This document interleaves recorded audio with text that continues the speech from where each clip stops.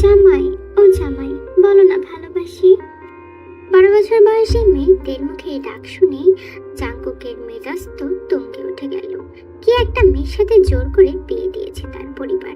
ছোট একটা মেয়ে, মাথায় বুদ্ধি শুদ্ধি কিচ্ছু নেই, আর হবেই বা কি করে, বয়সই তো হয়নি। জাঙ্কুক যেই উঠে চলে যাবে ঠিক তখনই তে ডেকে উঠল। কি হলো জামাই, চলে যাচ্ছ কেন? আমার সাথে কথা বলবে না বুঝি? জাঙ্কুক রাগান্বিত মুখে হাসি দিয়ে বলল, তুমি থাকো, আমার যাওয়ার সময় হয়ে গিয়েছে। তে জাঙ্কুকের দিকে ট্যাপ ট্যাপ করে তাকিয়ে বলল, কোথায় যাবে? বিদেশ চলে যাব। তে বাধ্যসুলভ ভাবে খুশি হয়ে বলল, ও তাই বুঝি, যাও তবে। আর মনে করে বিদেশ থেকে আসার সময় আমার জন্য একটা চকলেট আনবে। নিয়ে আসবো। জাঙ্কুক চলে যেতে যেতে পেছন ফিরে তের মুখটা একবার দেখে নিল। এরপর নিজের রুমে এসে রেডি হয়ে নিচে নামলো। বাসার সবাই তার জন্য অপেক্ষা করছিল। জাঙ্কুক নিচে আসতেই সবাই জাঙ্কুকের চোখ মুখ দেখে বুঝে গেল জাঙ্কুক এখনো রেগে আছে। আর রেগে থাকবে নাই বা কেন? জাঙ্কুকের বয়স মাত্র 20 বছর। এখনই কি তার বিয়ের বয়স হয়েছে? সবাই জোর করে জাঙ্কুকের চাচাতো বোন তে, যার কিনা বয়স মাত্র 12 বছর, তার সাথেই বিয়ে পড়িয়ে দিল। ভাবতেই জাঙ্কুকের বুকটা ফেটে চিৎকার আসছে। মনে মনে ঠিক করলো শুধু একবারই বাড়ি থেকে বের হতে পারলেই আর ফিরে আসবে না। জাঙ্কুক কেমন চুপচাপ দেখে জাঙ্কুকের বাবা আরেক বলে উঠল, জাঙ্কুক কি ভাবছো? চলো এবার যাওয়া যাক। চলো। জাঙ্কুক যাওয়ার আগে তার মা জিনের কাছে বিদায় নিল। এরপর সবার থেকে বিদায় নিয়ে চলে গেল।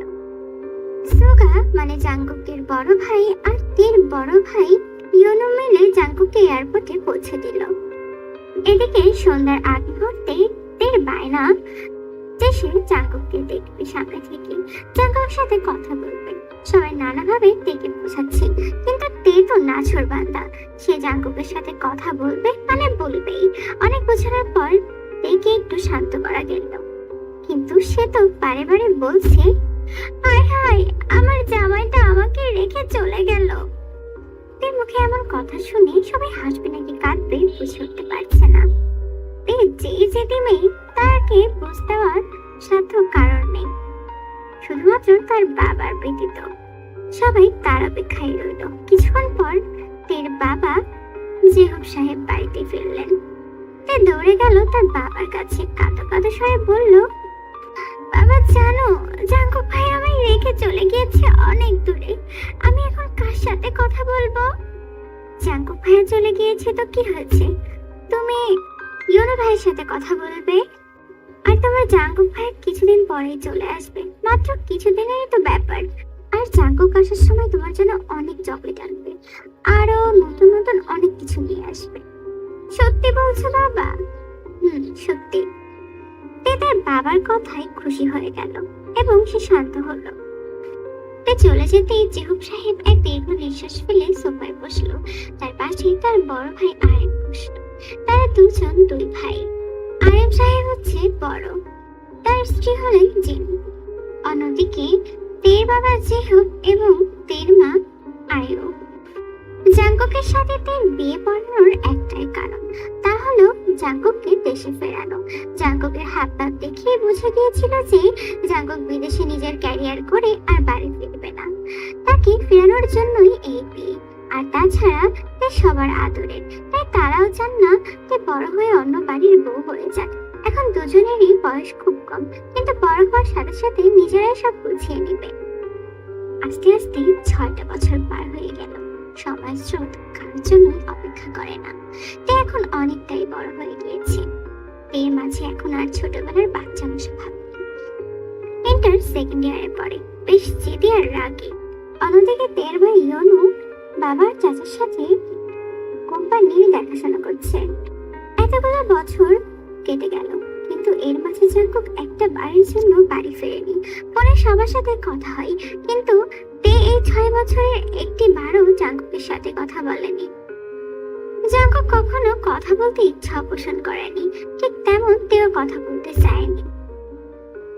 একদিন সন্ধ্যায় ড্রয়িং রুমে তের মা বাবা আর জাঙ্কুকের মা বাবা বসে কথা বলছিলেন, আর অন্যদিকে ইয়োনো আর তে ছবি দেখছিল। জাঙ্কুকের বড় ভাই বেশিরভাগ সময় শহরের বাইরেই থাকে তার স্ত্রী জীবনকে নিয়ে। জাঙ্কুকদের পারিবারিক ব্যবসা যেটা শহরের বাইরে, সেটাই সোগা সামলায়। ওরা সবাই বসেছিল। হঠাৎ ইয়োনোর ফোনটা বেজে উঠল। ইয়োনোর ফোনে আর চোখেতে তাকাতেই দেখলো ফোনের স্ক্রিনে জাঙ্কুকের নাম। তাই মুখ ভেঙচি কেটে টিভিতেই মনোযোগ দিল। ইয়োনো কল রিসিভ করে বলল, হ্যালো ভাইয়া, কেমন আছো? এই তো ভালো, তুই কেমন আছিস? ভালো। এই বলতেই ইয়োনো জিনের হাতে ফোনটা দিয়ে বলল, বড় আম্মু, তোমার ছেলে কল দিয়েছে। জিন ফোনটা নিয়ে কথা বলতে শুরু করলো, আর এদিকে তার গা পিত্তি চলে উঠছে। সবাই টুকটাক কথা হলো জাঙ্কুকের সাথে। শেষ মুহূর্তে জিন ফোনটাতে সামনে এনে বলল, তে জাঙ্কুকের সাথে কথা বলবি? তে এক শব্দেই বলে উঠল, আমি তোমার ছেলের সাথে কথা বলবো না। তের মা আয়ু পাশ থেকে বলে উঠল, ওভাবে বলছিস কেন, কথা বল। তের মাথায় যেন রক্ত উঠে গেল এমন কথা শুনে। আমি ওনার মতো লোকের সাথে কথা বলার প্রয়োজন মনে করি না। এদিকে ফোনের ওপাশ থেকে জাঙ্কুক সবটা শুনছে। রাগে তার জল শব্দ হয়ে উঠেছে। জাঙ্কুক মনে মনে বলে উঠল, নিজেকে ভাবিটা কি? হ্যাঁ, আমার মতো লোকের সাথে কথা বলতে চায় না বলতে ও আমাকে কি বোঝাতে চাইছে?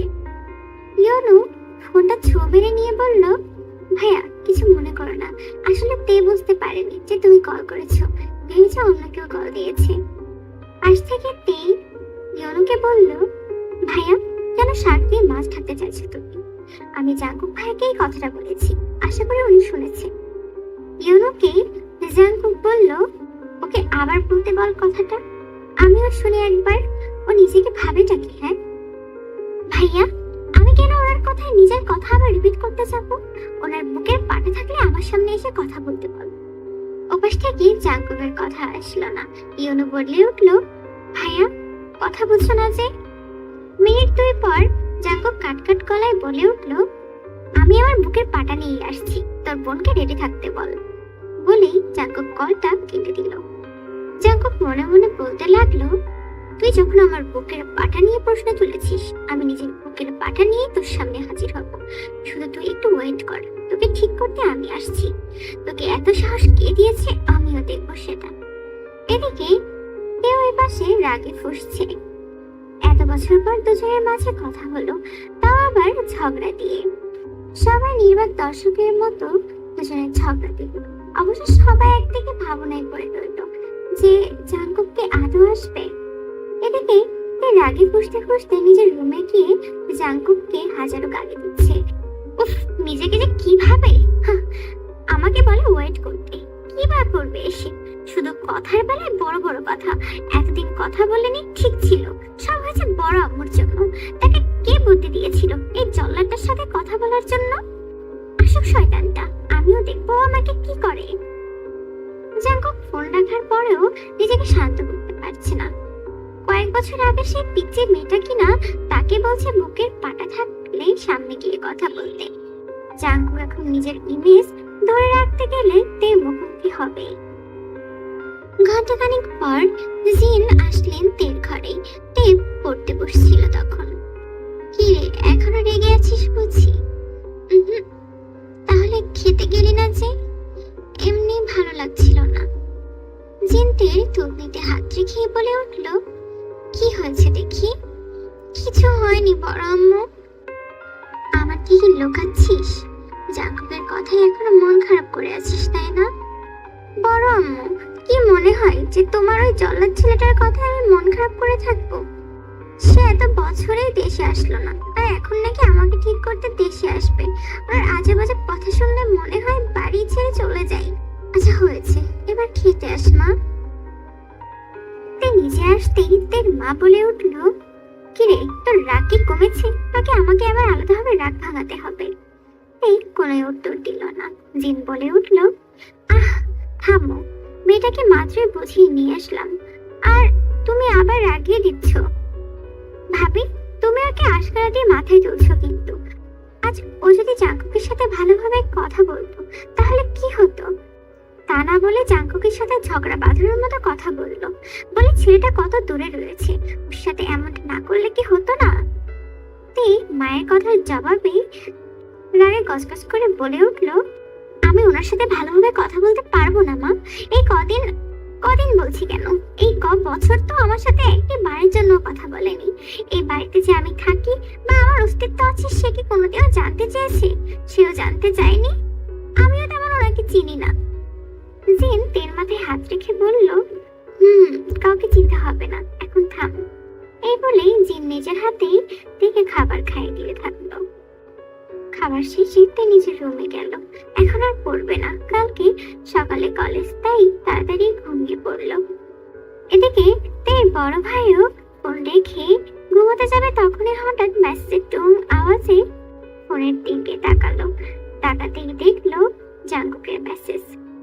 মেসেজটা এই ছিল যে, পরশু আসছি। মানে সত্যি? পরের দিন সকালে সবাই নাস্তা করতে বসেছে খাবার টেবিলে।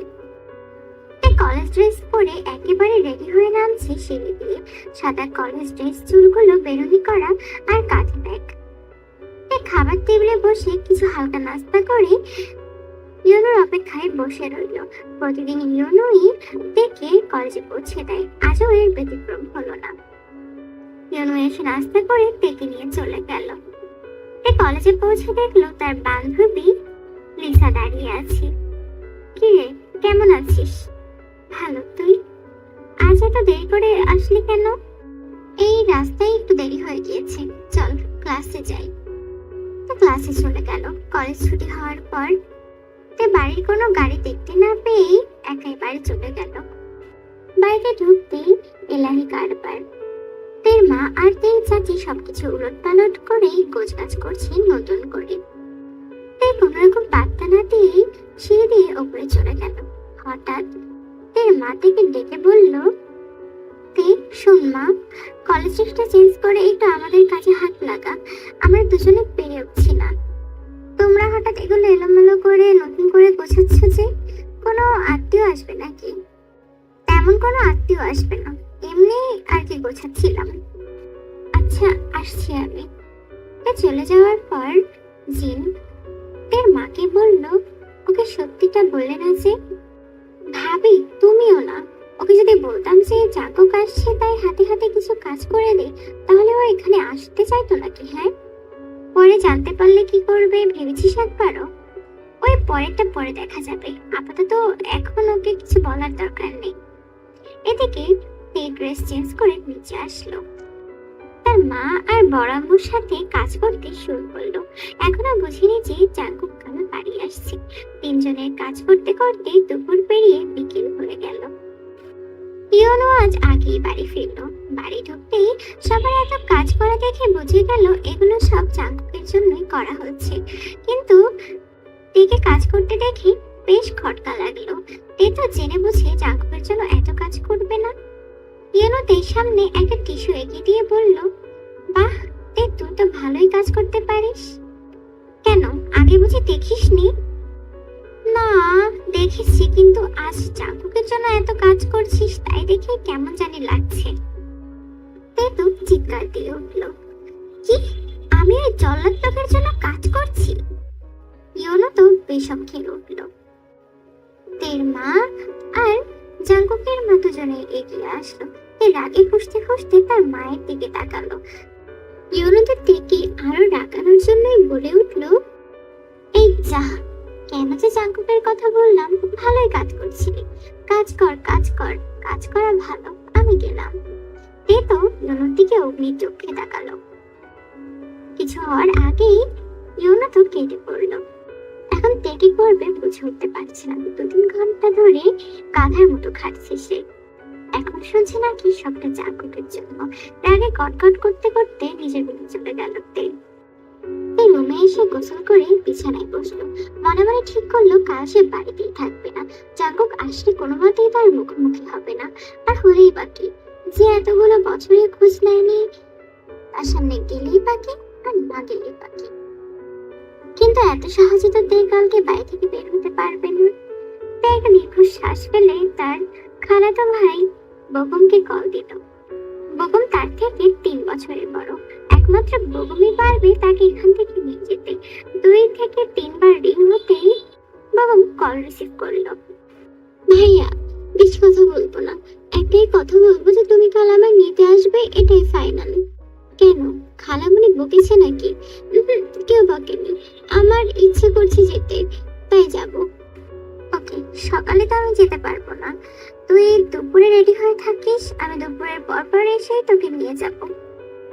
বগমের কথা শুনে তে একটু স্বস্তি পেল। অবশেষে কাল সে বাড়িতে থাকবে না। তখনই হঠাৎ তের মা তের রুমে আসলো। তে চুপ করে বসে গেল। তের মা তের পাশে বসে তের মাথায় হাত বুলিয়ে দিতে দিতে নরম কণ্ঠে বলল, শোন মা, মেয়েদের বিয়ে একবারই হয়, ঠিক তেমন জাঙ্কুকের সাথেও তোর বিয়ে হয়েছে। আমার বলতেও কেমন যেন অস্বস্তি লাগছে। তোদের যদি সম্পর্ক ভালো করার ইচ্ছা হয় ভালো করিস, আর যদি সম্পর্ক ভেঙে ফেলবি তাহলে তাই, তোদের আটকাবো না। কিন্তু তোকে একটা কথা রাখতে হবে, সেটা হলো জাঙ্কুক বাড়িতে আসলে ওর সাথে ভালোভাবে কথা বলিস। আমি কাল বাইরে থাকবো না মা। কেন, কোথায় যাবি? খালামণির কাছে যাব। কাল জাঙ্কুক আসছে আর তুই বাইরে থাকবি না? উফ, তোমাদের জাঙ্কুক আসছে, তোমরা থাকো না তোমাদের জাঙ্কুককে নিয়ে, আমাকে কেন টানছো? কই, সে তো এত বছর আমার খোঁজ নেওয়ার প্রয়োজন বোধ করেনি, তাহলে আমি কেন শুধু শুধু ওনার সামনে যাব? কিন্তু তুই কাল বাড়িতে না থাকলে সবাই কি ভাববে? হঠাৎ সেখানে জাঙ্কুকের মা এসে বলল, কেউ কিচ্ছু ভাববে না, তুই ওকে যেতে দে, কয়টা দিন ওখানে থেকে আসুক, তারপরে চলে আসবে। কিন্তু জাঙ্কুক যদি এসে দেখে তুই নাই, তাহলে কি ভাববে? ভাবি কিচ্ছু ভাববে না, তুই বেকার বেকার চিন্তা করছিস। যেটা চাইছে সেটা ওকে করতে দে। বড় আম্মু, ইউ আর দ্য